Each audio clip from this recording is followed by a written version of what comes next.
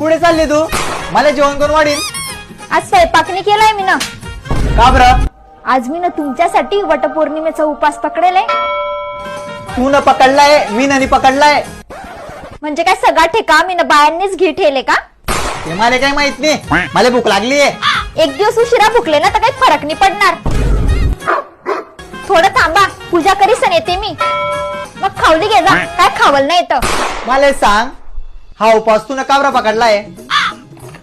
तुमच्या दीर्घ आयुष्यासाठी आणि पुढचे 7 जन्म नवरा म्हणून तुम्हीच भेट याच्यासाठी.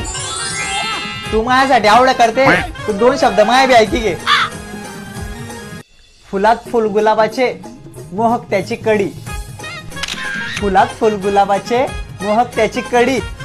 बायको मन